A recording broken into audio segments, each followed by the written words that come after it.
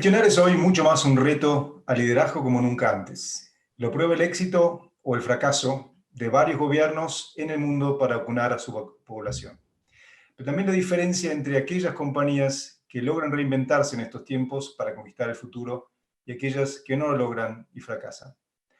Todos los ejemplos muestran, sin embargo, una cosa. No es un tema de tamaño ni de recursos. La respuesta es mucho más simple. Son las 13 en Buenos Aires, las 18 en Barcelona y Madrid. Bienvenidos a Herederos del Cambio. Yo soy Flavio Canila. Y yo soy Pablo Barassi. Proyectar el futuro y crear realidad es clave para los generadores de herencias que muchas veces después disfrutamos esa producción. En ese sentido, quizás el futuro es hoy. Vamos a dialogar hoy con alguien que permanentemente busca vislumbrar ese futuro diseñando estrategias para organizaciones en todo el mundo. Marcos Urarte. Marcos es director general del Grupo Faros, es ingeniero industrial y también ingeniero en sistemas, títulos que incrementó con otros varios a través de su vida profesional, ya vamos a ir viendo. Pero quizás más que nada, Marcos Urarte es hoy un decano del conocimiento estratégico con peso global. Enseña en varias de las mejores escuelas de negocios y universidades del mundo, colabora con think tanks como el Club de Roma o el Instituto Elcano, y su foco, cómo repensar y rediseñar nuestra existencia en un mundo en cambio constante. Marcos, muy bienvenido. Muchísimas gracias, Pablo, muchísimas gracias, Flavio, y muchísimas gracias pues, a todas las personas que hayan decidido pues, dedicar una parte de su tiempo pues, a compartir estas reflexiones. Exacto, y muy bienvenido también de mi parte, Marcos. Como bien lo dijiste vos, esto es una comunidad de pensadores, una comunidad para el debate de ideas, y vamos ya entrando directamente a lo que es el core de esta charla de hoy.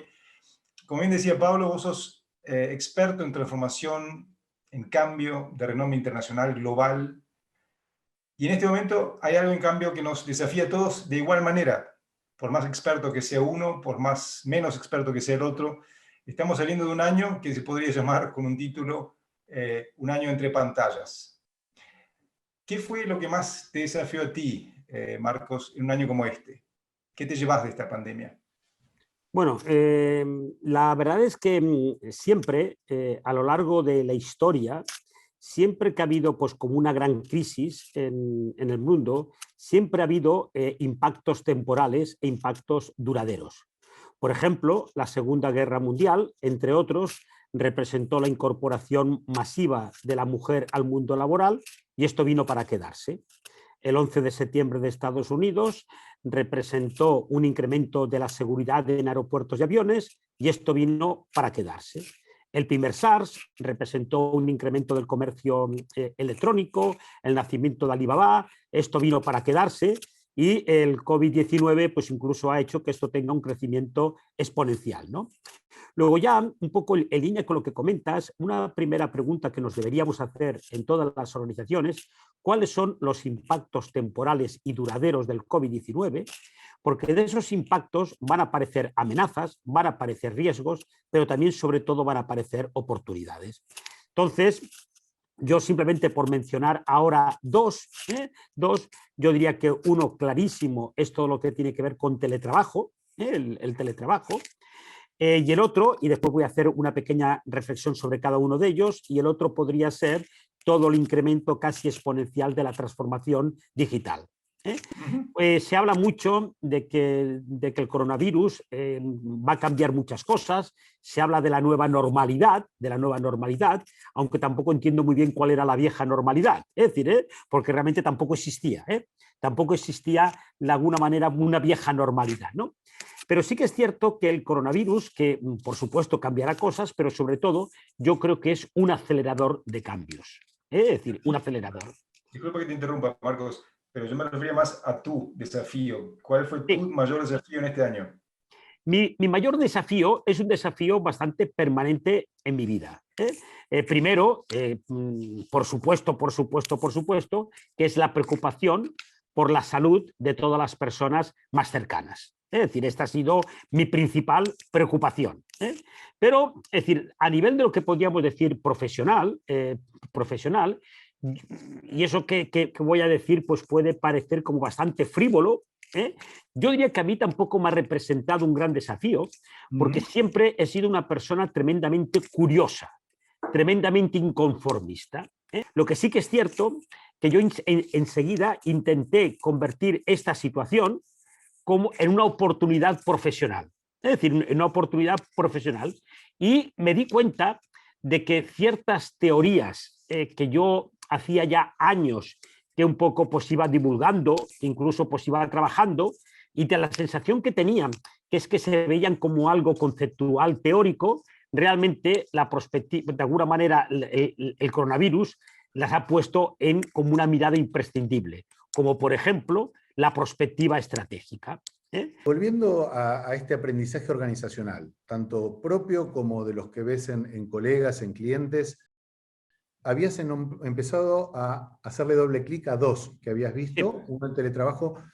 ¿Podemos volver ahí un poquito? Sí, sí, sí. A ver, el teletrabajo, ya muchas organizaciones antes del COVID-19 lo estaban planteando, lo estaban implantando, ¿eh?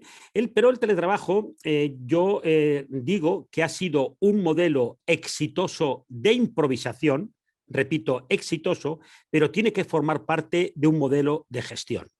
¿Por qué? Yo he reflexionado mucho sobre el teletrabajo. El teletrabajo, por supuesto que tiene aspectos positivos, por supuesto, pero también tiene aspectos negativos y a mí me genera un montón de dudas y reflexiones que cada organización tiene que realizar. Pero el teletrabajo afectará a la cultura de la empresa, a la experiencia del empleado, a la globalización del mercado laboral, la transmisión del conocimiento de los seniors a los juniors, la comunicación interna, etcétera. Con lo que simplemente el teletrabajo, que me parece una gran medida, es decir, una gran medida, pues, pero cada empresa al final va a tener que hacer una reflexión, yo creo que muy seria. Y respecto a la transformación digital, simplemente dos o tres reflexiones como muy rápidas que yo suelo hacer, que es otro de los grandes impactos, la aceleración de los proyectos de transformación digital, pero estas dos o tres reflexiones es que digitalizar un modelo de negocio no es lo mismo que un modelo de negocio digital. Eso significa de que muchas organizaciones, cuando están hablando de transformación digital, están hablando exclusivamente de digitalizar el modelo de negocio de hoy. Y esto es importante, pero no es suficiente. Y la digitalización, los proyectos de transformación digital, no son proyectos de tecnología, sino son proyectos de transformación en mayúsculas en los que vamos a necesitar tecnología. Pero los proyectos de transformación digital fundamentalmente son proyectos de transformación cultural. Y esto significa que si juntamos un poco, somos capaces de unir, simplemente a modo de ejemplo, el teletrabajo y también la transformación digital, esto nos lleva a que las empresas van a necesitar un nuevo modelo de liderazgo. Vamos a volver ahí. Flavio, ¿tú quieres? Con gusto, porque me da muy bien el pie para algo que te quería preguntar, en base también a una cita que encontré en la página web de Faros, que me encantó, la cita de Bertrand Russell, que dice: algunos contemplan el mundo y dicen ¿por qué? Otros, en cambio, preguntan ¿por qué no? Y en base un poco tomando lo que decías recién, a ver, te preguntaría, ¿cuál es el mayor obstáculo, la patología que vos ves hoy cuando tenés que transmitirle a las organizaciones justamente, y no solo en tema de transformación digital, sino creo que también es un tema cultural, que la salida de pandemia supone exactamente eso, preguntarse el por qué no? ¿Dónde fallan las organizaciones? ¿Cuál es lo que más les cuesta? Flavio, esta es una pregunta crucial, es decir, es una pregunta crucial para todas las organizaciones, ¿no? Si yo ahora vulgarizara, voy a banalizar tremendamente las luchas en los mercados. Las luchas en los mercados siempre son entre las empresas que intentan mantener las reglas del juego y las empresas que intentan cambiar las reglas del juego. Las empresas que están asentadas en un mercado, es decir, que están en una situación confortable, y lo que intentan es mantener reglas del juego. Los nuevos entrantes en cualquier mercado, lo que he llamado los intrusos, lo que intentan es cambiar reglas del juego. ¿Por qué? Porque a igualdad de estrategia, el tamaño sí que importa. Eso significa que cuando un intruso, un nuevo entrante, consigue cambiar las reglas del juego, todo empieza de nuevo de cero.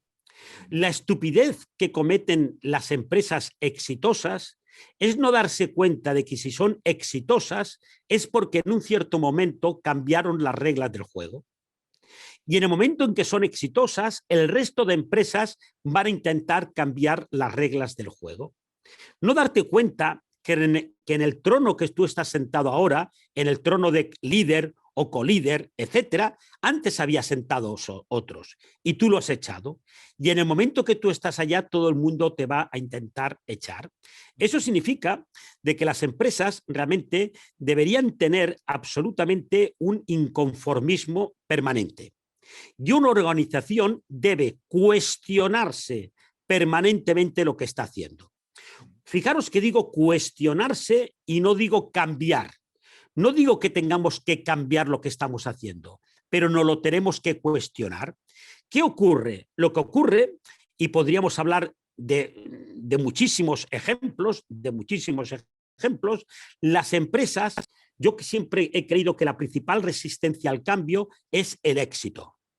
Y las empresas mueren fundamentalmente, las empresas exitosas mueren de autocomplacencia y de arrogancia.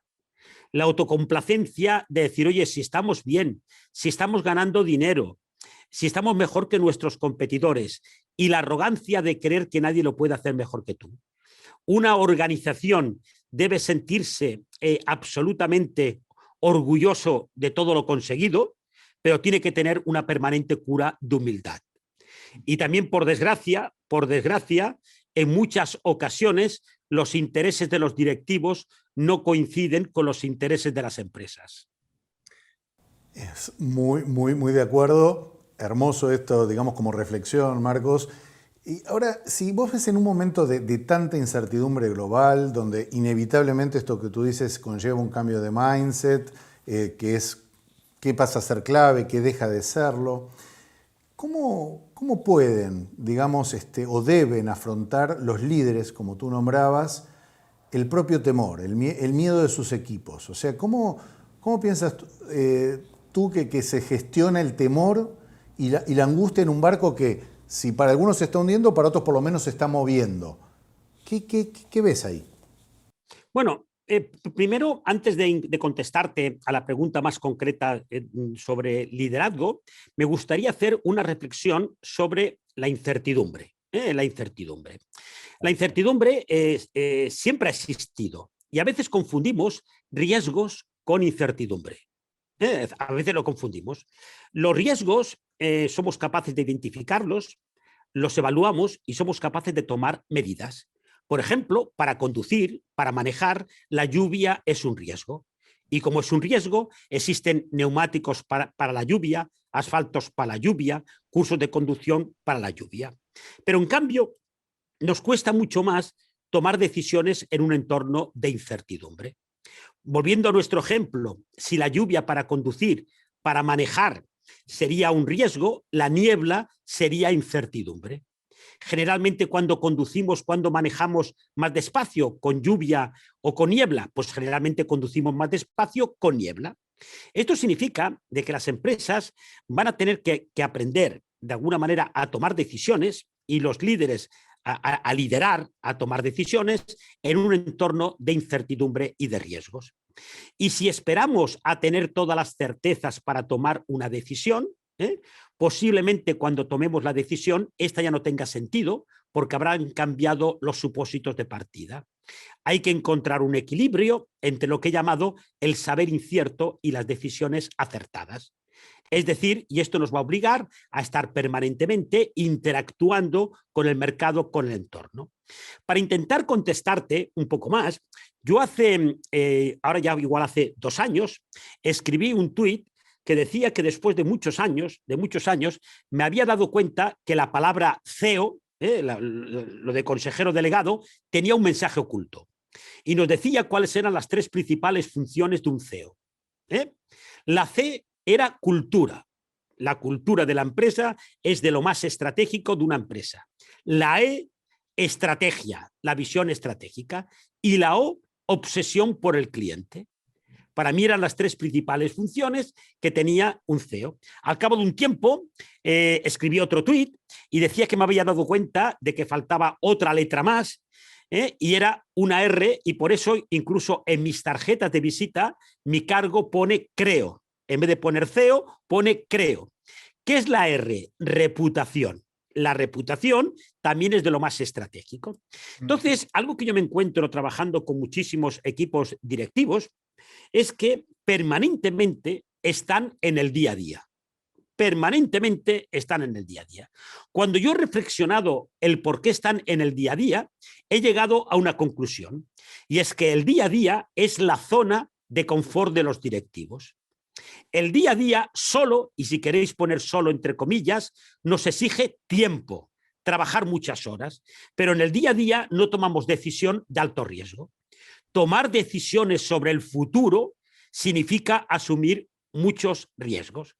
Por eso, de alguna manera, yo creo que los líderes de una organización no se les paga para gestionar el día a día, que no quiero quitar importancia al día a día ni muchísimo menos, sino que se les paga para crear futuro para una organización. Eso significa que para mí el líder de una organización fundamentalmente tiene que ser un creador de futuro. Y repito que no quiero quitar importancia al día a día, pero en muchas organizaciones ya hay muchas personas encargadas del día a día. Déjame intervenir ahí con una pregunta que me llevaste tú mismo. En este día a día, y esta pandemia creo que generó una situación, un salto, yo lo llamaría así, se puede discutir si bien o mal, como un salto evolutivo, nos exigió, nos exige a pensar totalmente fuera de la caja, a pensar en un lugar que no estábamos acostumbrados a estar, viviendo fuera de la zona de confort casi cada día, si se quiere.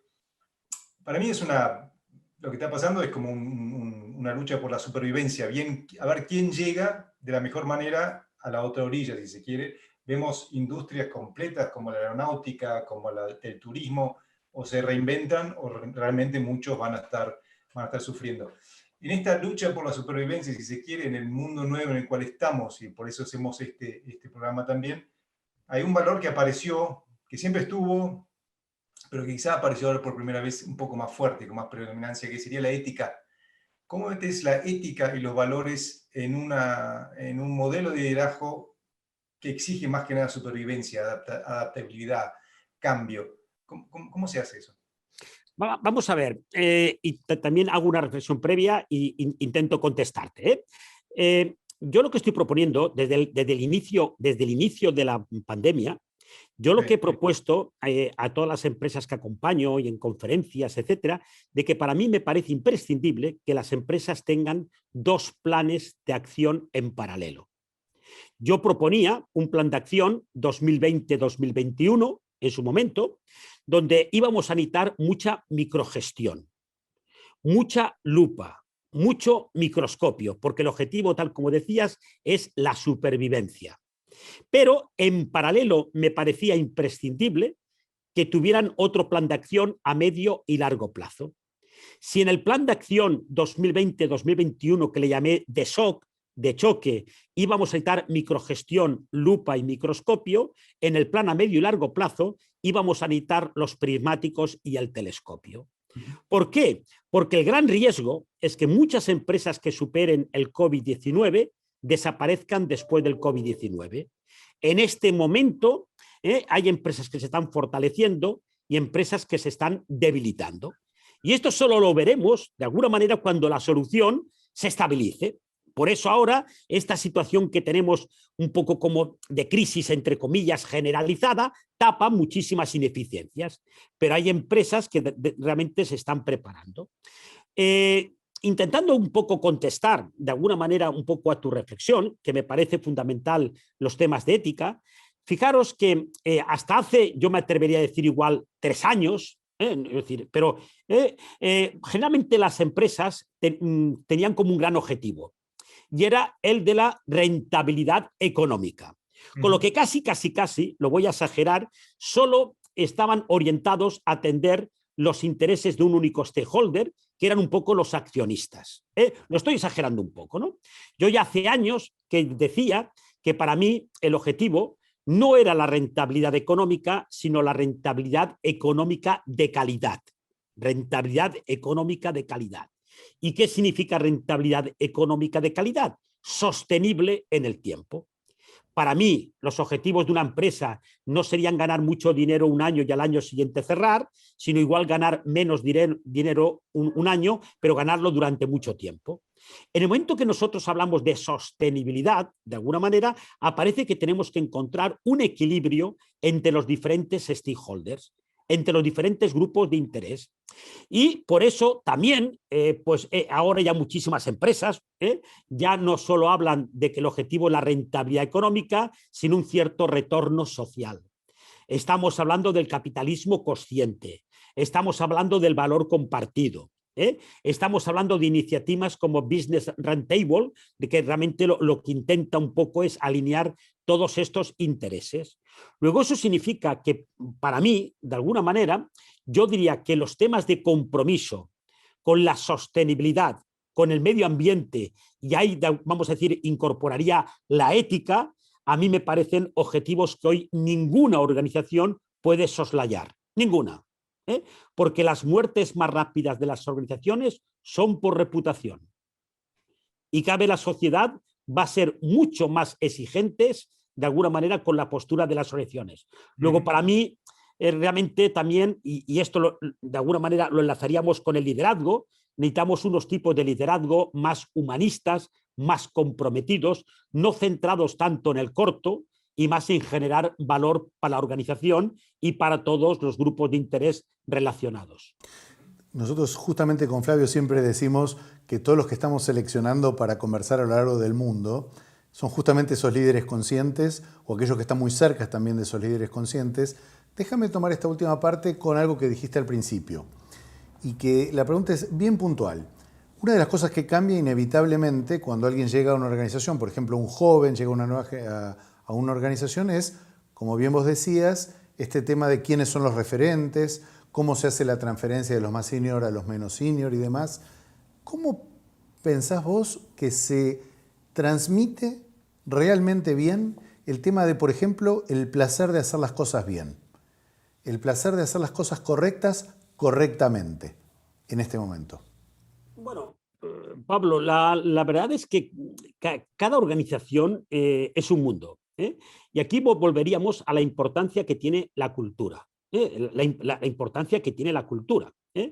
Al final, la cultura de una empresa, sabéis perfectamente que no es lo que decimos que somos, sino cómo nos comportamos. Y esto significa que yo siempre he creído que el mejor modelo de liderazgo es el de la ejemplaridad. Es decir, al final nosotros solemos aprender todos por lo que vemos y no por lo que nos dicen. Luego, realmente tenemos que tener ese tipo de cultura en que lo que es la búsqueda de la excelencia, etcétera, etcétera, forme parte de nuestros comportamientos habituales. Porque no por mucho decirlo, no por mucho escribirlo, la gente se lo va a creer. Luego, esto significa de que, sobre todo, una organización tiene que ser muy coherente. Es decir, tiene que ser muy coherente.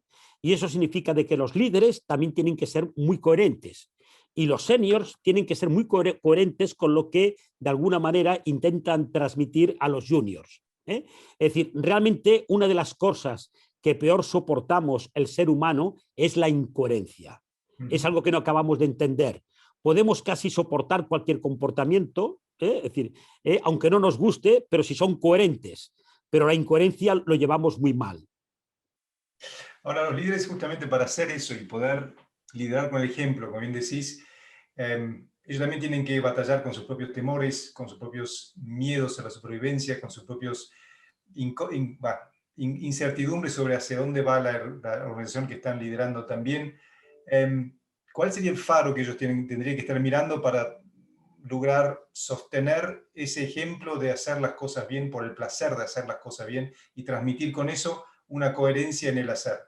¿Cuál sería la recomendación que tú le darías a un CEO hoy que realmente viene a ti y te pregunta, ¿cómo hago?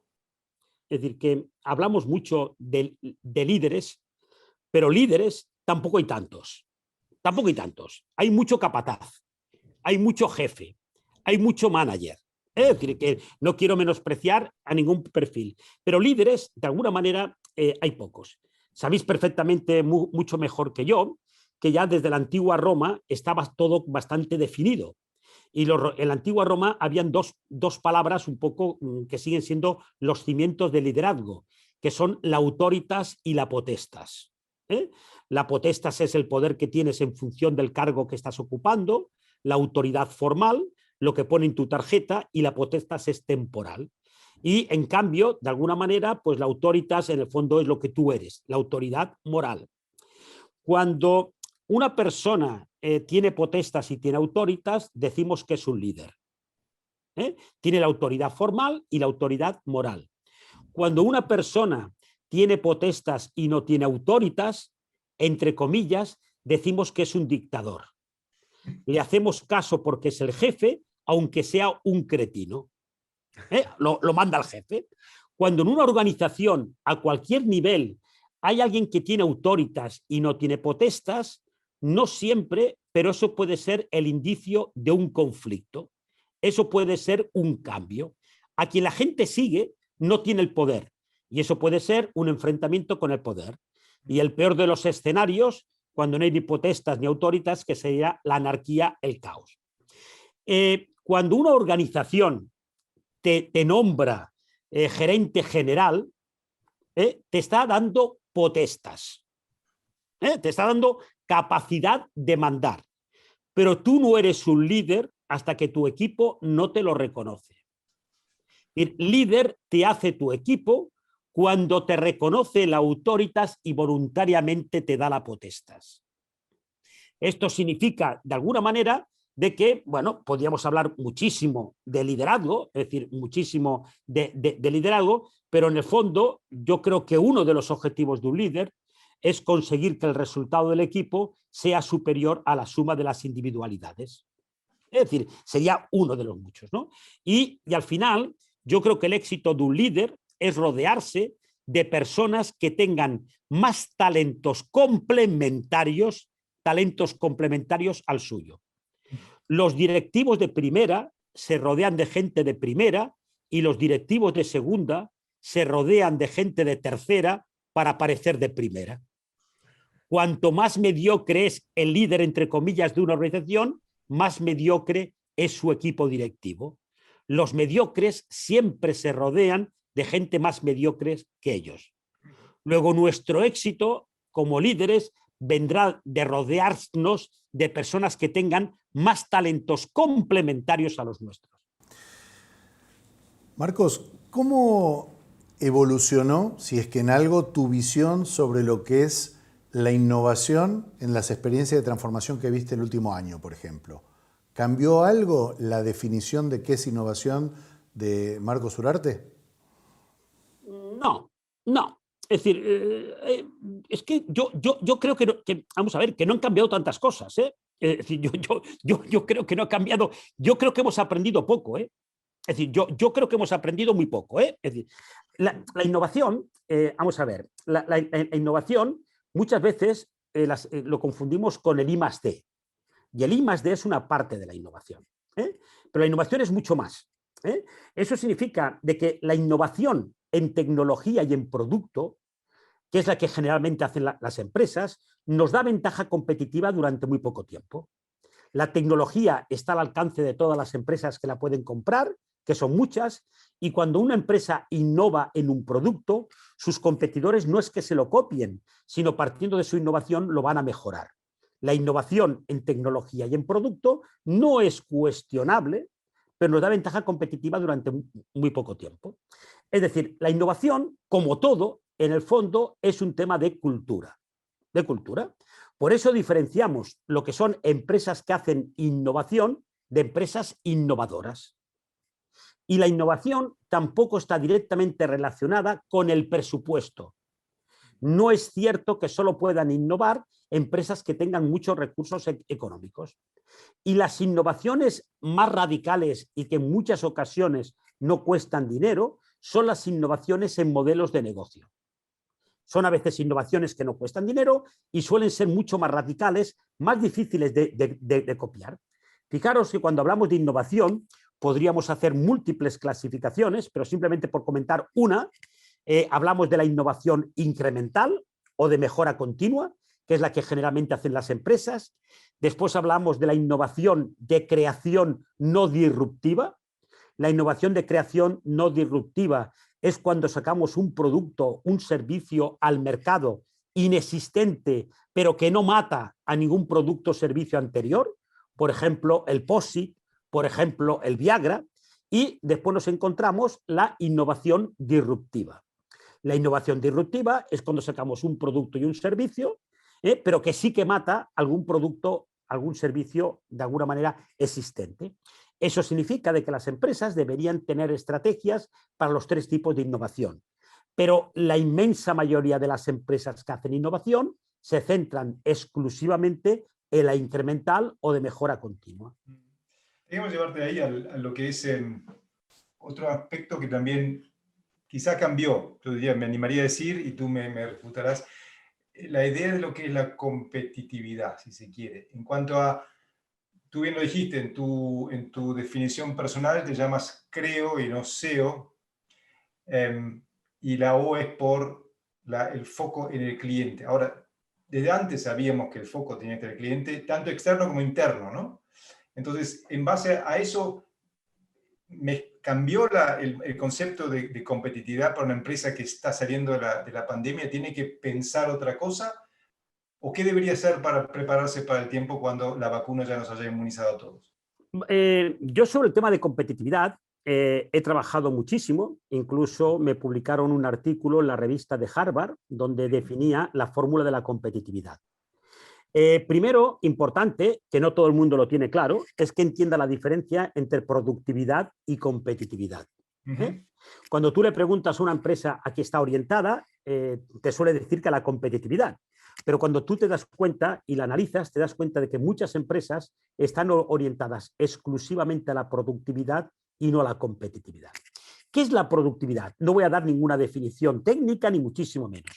La productividad yo la defino como la mirada interna. La productividad es la mirada interna. Por ejemplo, suponer que nosotros aquí, los que estamos aquí, somos una empresa. Nosotros podemos y tenemos que mejorar nuestra productividad.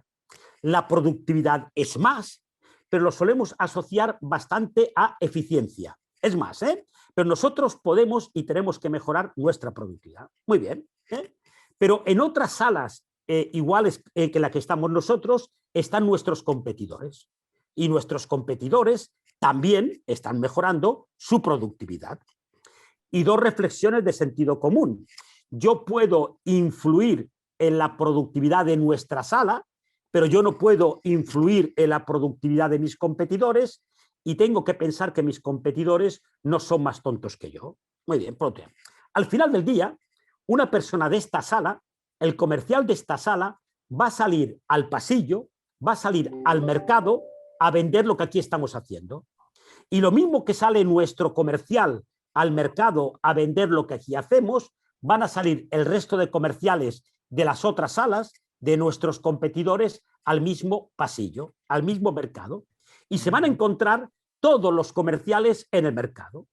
Y una vez que todos los comerciales están en el mercado, ¿quién decide a quién compra? El cliente. ¿Qué es la competitividad? La competitividad es la mirada externa. ¿Qué significa esto? Es cuando alguien, el cliente, nos mira, nos compara y decide. La única mirada importante. Yo en la fórmula de la competitividad, es decir, que definí una fórmula porque me gusta mucho utilizar fórmulas para de alguna manera intentar integrar conceptos, pues hablaba de que los factores eran la productividad, eran los costes, eran el talento, era el posicionamiento, era de alguna manera la innovación, la cultura, la calidad, etc. Y yo decía que la fórmula de la competitividad es exactamente la misma para todo el mundo. Lo que cambia es el peso específico de cada uno de los valores. La receta es la misma, pero es la cantidad de cada ingrediente que ponemos. Entonces, lo que sí que ha cambiado, yo me atrevo a decir que la fórmula no ha cambiado, pero sí que han cambiado, yo creo, lo que son las capacidades, competencias imprescindibles de las empresas para enfrentarse a los nuevos retos. Y simplemente podríamos hablar de otras, pero simplemente me gustaría resaltar tres. Dos que ya eran importantes antes de la pandemia, pero que como es la velocidad barra rapidez. Era importante antes de la pandemia, pero ahora es una competencia estratégica y de supervivencia. Una, velocidad barra rapidez. Otra, agilidad barra flexibilidad. Era importante antes de la pandemia, pero ahora es de estrategia y de supervivencia. Y voy a mencionar una tercera, que era la gran olvidada. Y en cambio, de alguna manera, la situación que estamos viviendo la ha puesto encima de la mesa. La resiliencia. Era una gran olvidada. Habíamos caído en la trampa de la eficiencia y de los costes y nos habíamos olvidado de la resiliencia. Nos hemos dado cuenta de la vulnerabilidad de nuestras cadenas de valor, de nuestras cadenas de aprovisionamiento, etc. Luego, si yo tuviera ahora, repito que hay otras, pero yo creo que tres capacidades, tres competencias imprescindibles para enfrentarse a los nuevos retos serían la rapidez barra velocidad, agilidad barra flexibilidad y la resiliencia. Pensando, Marcos, en tu trayectoria, en tu vida, en tus estudios de ingeniería, de estrategia, en tu track record, digamos, podemos contar más de 8 títulos, digamos, en términos de formación y maestrías. Justamente en un momento donde parecería ser que, como bien estás diciendo, algunos saberes prepandemia dejan de tener tanta preponderancia o tanta preeminencia.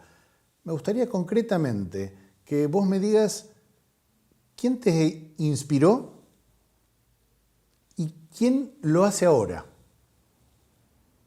A ver, es decir, la verdad es que han habido, es decir, diferentes personas, ¿no?, que me han inspirado y ahora voy a citar alguna.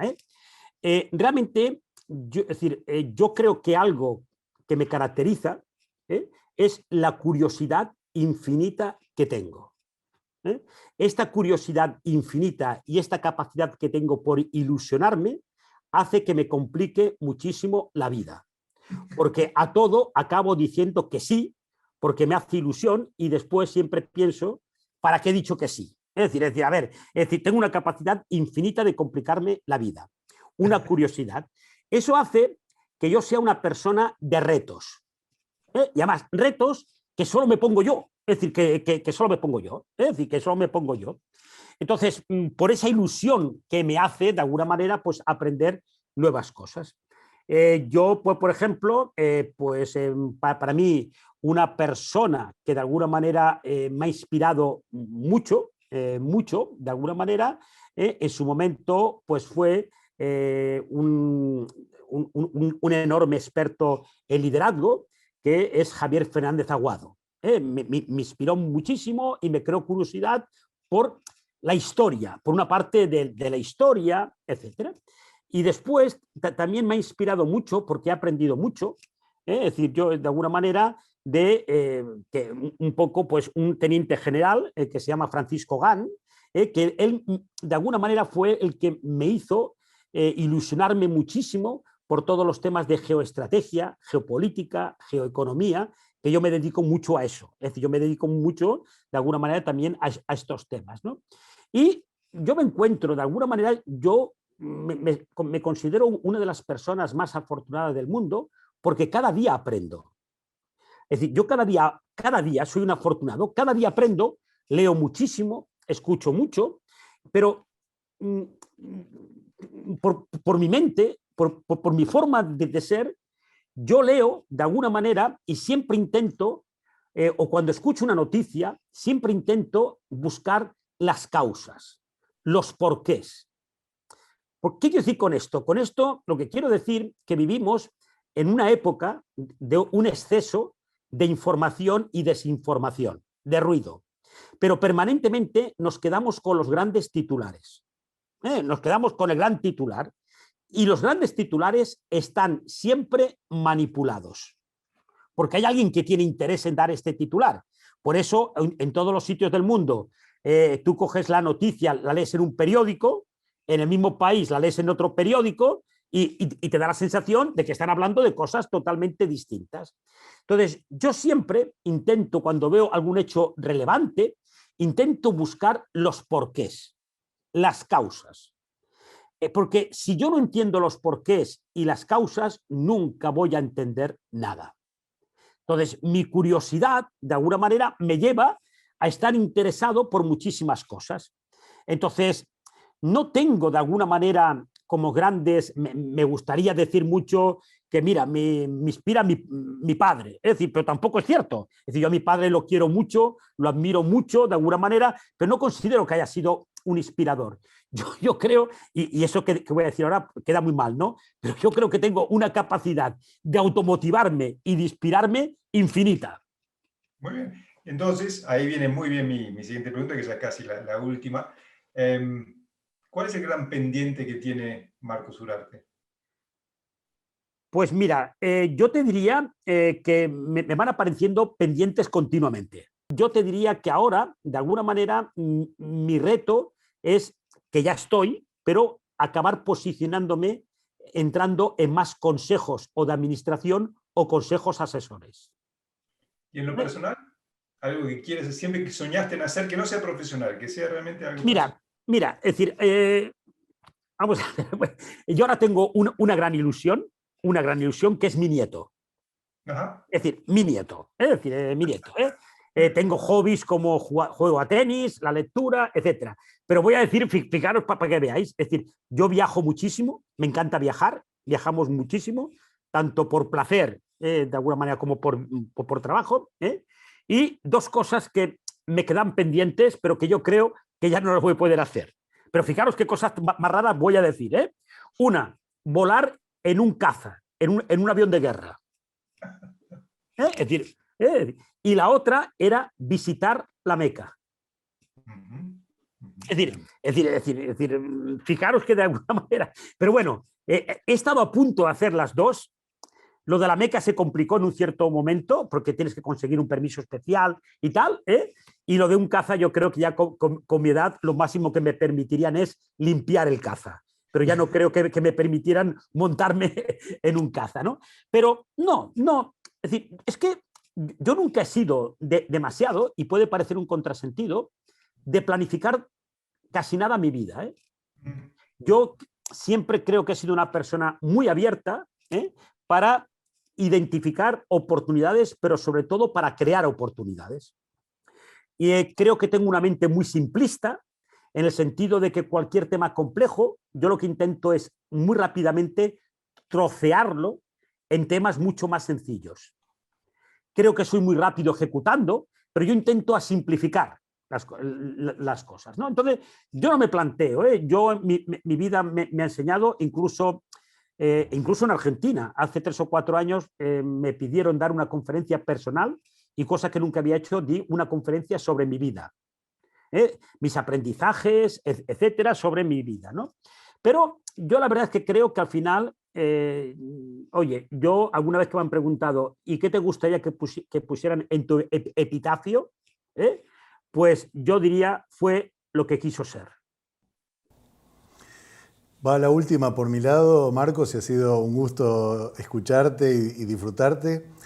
Si tuvieras la posibilidad de elegir, con o sin varita mágica, eso ya es otra cosa, y cenar con alguien que no conoces todavía en cualquier lugar del mundo, y decís, tengo estas 2 horas y me gustaría cenar con o conversar con, ¿a quién elegirías? Hombre, es decir, puedo dar una respuesta correcta y una incorrecta. Las dos, entonces, las dos.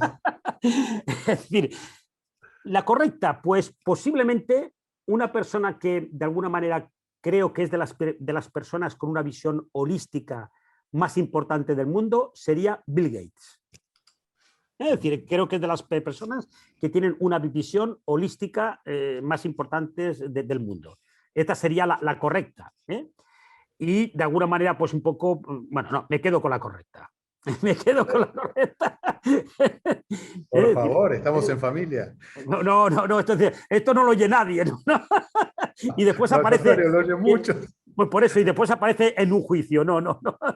No, no, no. Es decir, no, es decir, realmente Bill Gates me parece una persona tremendamente interesante. Hay mucha gente interesante, y podría hacer de alguna manera, pues seguro, una lista. He conocido a personas ya muy interesantes, afortunadamente, en mi vida, que de alguna manera, pues bueno, pero yo creo que de las personas actuales sería él. Pues muy bien, entonces llegamos, sí, a otra edición de Herederos del Cambio al final. Acá en España, bueno, Marcos, tú y yo estamos aquí, ya estamos, por lo menos aquí en Madrid, se está poniendo el sol. Y te quiero decir muchas gracias porque realmente disfruté mucho la charla y me llevo algo que me lo acabo de notar, que vale mucho la pena complicarnos la vida.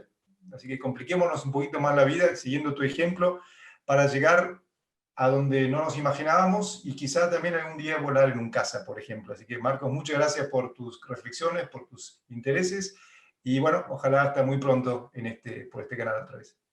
Muy bien, pues oye, muchísimas gracias y a vuestra disposición.